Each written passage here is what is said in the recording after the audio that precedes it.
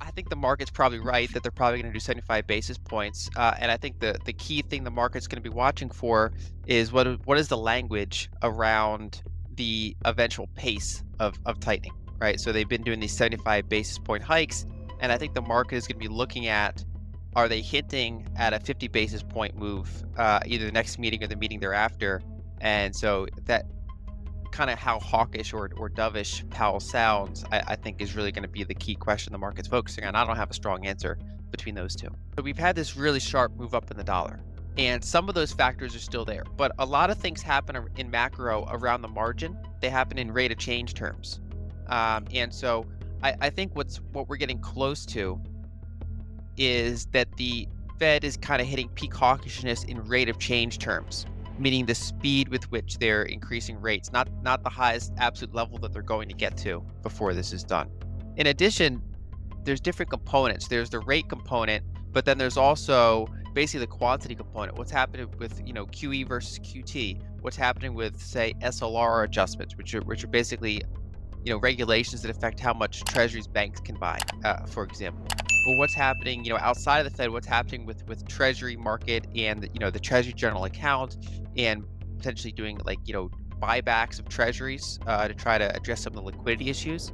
And so I think we can segment things into a couple different buckets. And I think that in rate of change terms, they might be getting at that kind of peak level. And so I think we have to start watching the dollar to see if that keeps screaming higher, if that starts to get a little heavy.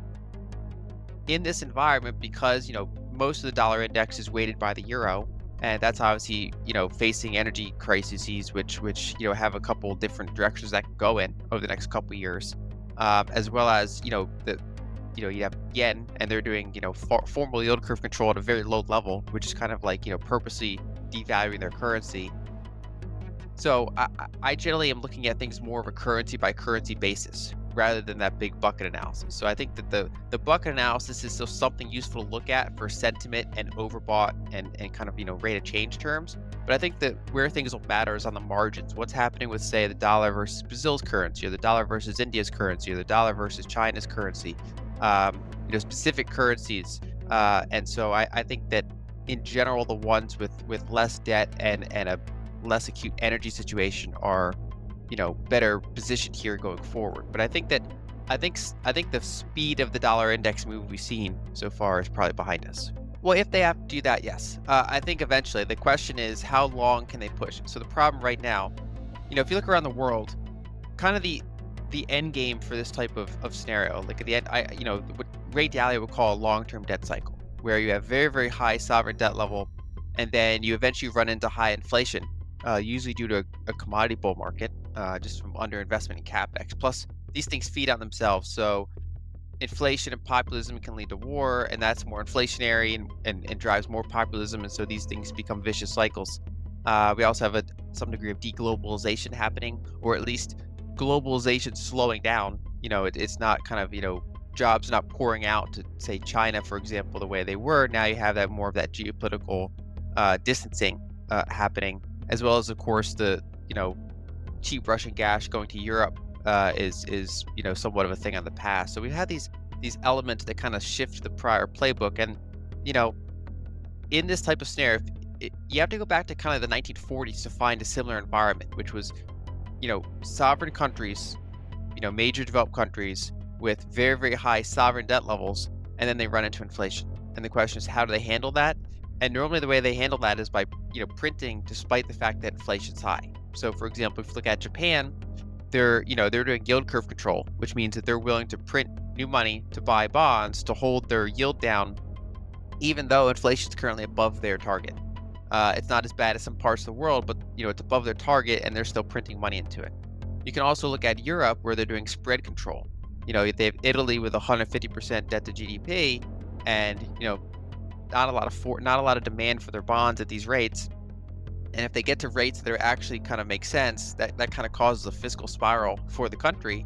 So you have Europe, European Central Bank selling German bonds, buying Italian bonds to try to manage those spreads. That's another version of essentially printing into high inflation.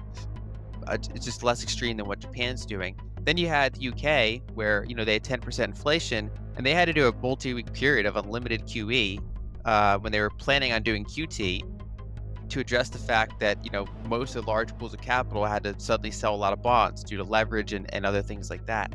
And the United States is better off than some of those, but we are seeing a lot of dysfunction in the treasury market. And part of the reason is when the dollar gets very strong, the foreign sector generally stops buying treasuries in aggregate. And it's because the whole point, the main reason why, say, foreign central banks hold treasuries is so they can sell them if they need to defend their currency at some point in the future.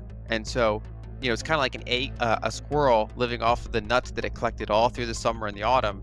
In the winter, it has to eat them.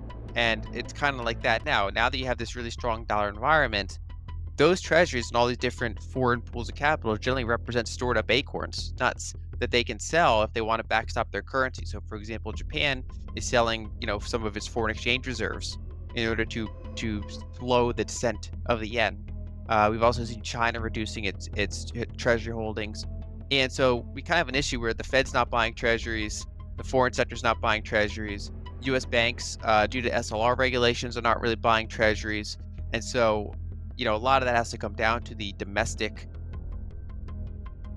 money manager or the retiree or the pension or the insurance company, and those are not as big balance sheets as those sellers. So I think eventually they're going to get to a point where they have to do some sort of liquidity program, and that could be while inflation is still hot, or maybe it's a second inflationary cycle. I don't think these things will be linear, but I think that generally the end game of a very, very indebted sovereign country is that they have to do often basically QE type of activities, even when inflation's above target, just to support the bond market. So 2023, I think it's gonna be challenging to get through 2023 without having to do some liquidity provision, unless the dollar tops, right? Because this is kind of an if-or situation. So if the dollar keeps screaming higher, then that response probably has to come earlier, because then the foreign sector is probably going to keep trimming their holdings, and the economy is going to keep slowing down, and so that whatever that date is, it pulls it forward. On the other hand, if say they hint toward 75 basis points, and then we're going to slow it down to 50, and then we're going to be data dependent, they kind of not a pivot yet, but more like a dovish language pivot. If they start to kind of do that, if you start to get a local top in the dollar index, if Europe continues to have a very warm winter, and therefore get some of its energy crises under control, maybe the euro stabilizes to some degree. If you get that sort of dollar, at least local top, that pushes back the date where the Treasury or the Fed might have to do some sort of intervention in the Treasury market, because that allows foreign buyers to either stop selling or potentially come back and buy around the margins. So I think that it's those two variables kind of together that you have to watch. But overall, I think that it's going to be challenging to stick to their full QT plan, going all through next year, with say deficits where they are, and with foreign buying currently where it is. Something would have to change.